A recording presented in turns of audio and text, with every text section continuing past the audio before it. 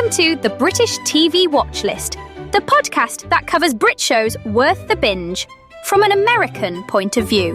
We've got insight and analysis into actors, characters, storylines, and entire series. If it's streaming on the telly, we've got thoughts. So pop the kettle on, settle in, and let's get started with another episode of the British TV Watchlist. Aloha from beautiful Hawaii, the home of delicious limu poke, Hanalei Bay on Kauai, and Bishop Museum. Hi there, it's Michael T., and today we're diving into the emotional chaos of Grantchester's most complicated clergyman, Will Davenport, portrayed excellently by Tom Brittney. Picture it, a buzzing jazz club, music's playing, people listening, drinking and milling about. Will slips away with Maya, the woman who tempts him to question the vows that he holds, albeit loosely. Later, he's in the confessional, voice shaking. I felt as if I was betraying my calling. That moment, it's not just guilt, it's a full-blown identity crisis. Desire and duty are wearing the same clothes, and Will's not sure which one he's supposed to follow. So today, we're unpacking the trauma, theology, and romantic mess that make Will Davenport one of the most fascinating characters on British TV.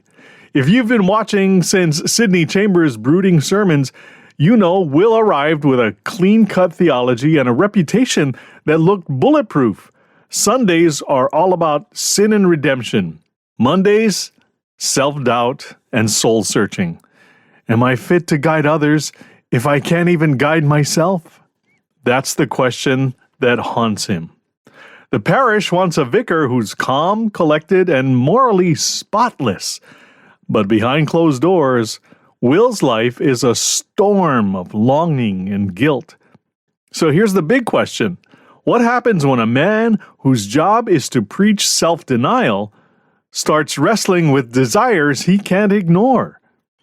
Let's rewind to where it all started, at home.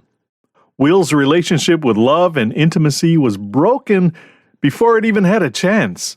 At 16, his father took him to Biarritz. Sounds lovely, right? But then came the twist. His dad paid for a prostitute, for himself and for Will. What was supposed to be some twisted rite of passage ended up teaching Will that sex equals shame, not connection. No wonder he spent most of his adult life trying to keep desire at arm's length.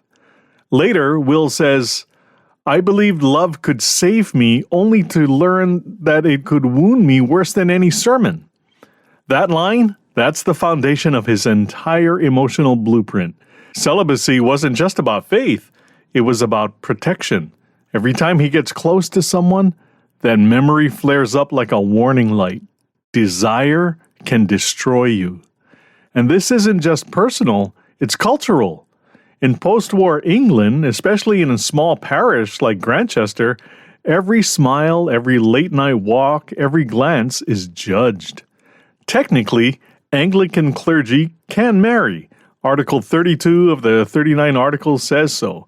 But in practice, one wrong move and the gossip spreads faster than jam at a Sunday tea.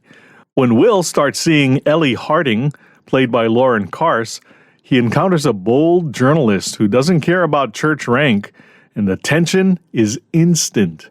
She challenges him. She doesn't want saving, she wants honesty. And Will, he's drawn to her like a moth to a flame. Ellie forces him to see that holding back love can hurt just as much as giving in. But every step toward her feels like stepping on a landmine of guilt. Then comes Maya Wallace, played by Elora Torchia. She's engaged to DCI Elliot Wallace. But when she walks into Will's world, it's like jazz music in a quiet church. The chemistry is instant. Secret meetings, stolen moments at the vicarage, and only Geordie suspects anything. Will thinks this might be the real deal, even though she's already spoken for.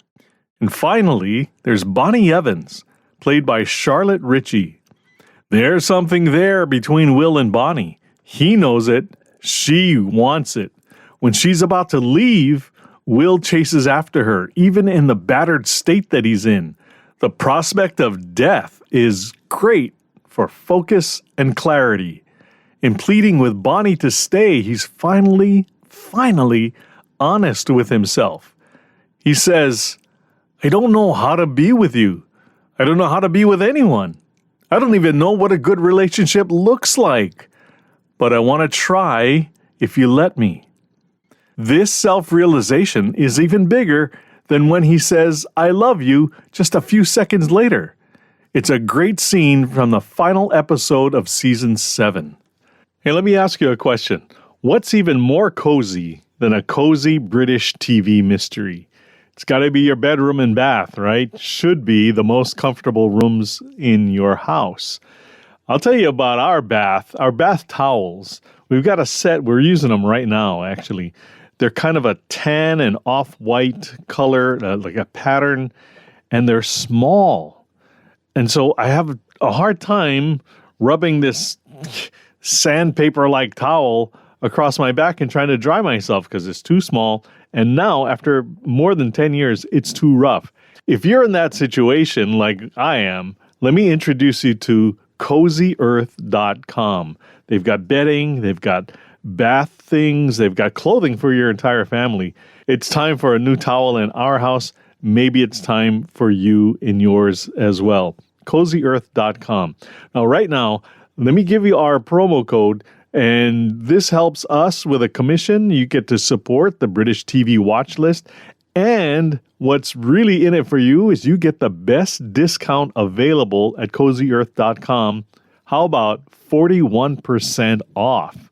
41% off at CozyEarth.com. You get a new set of bath towels for you and your family.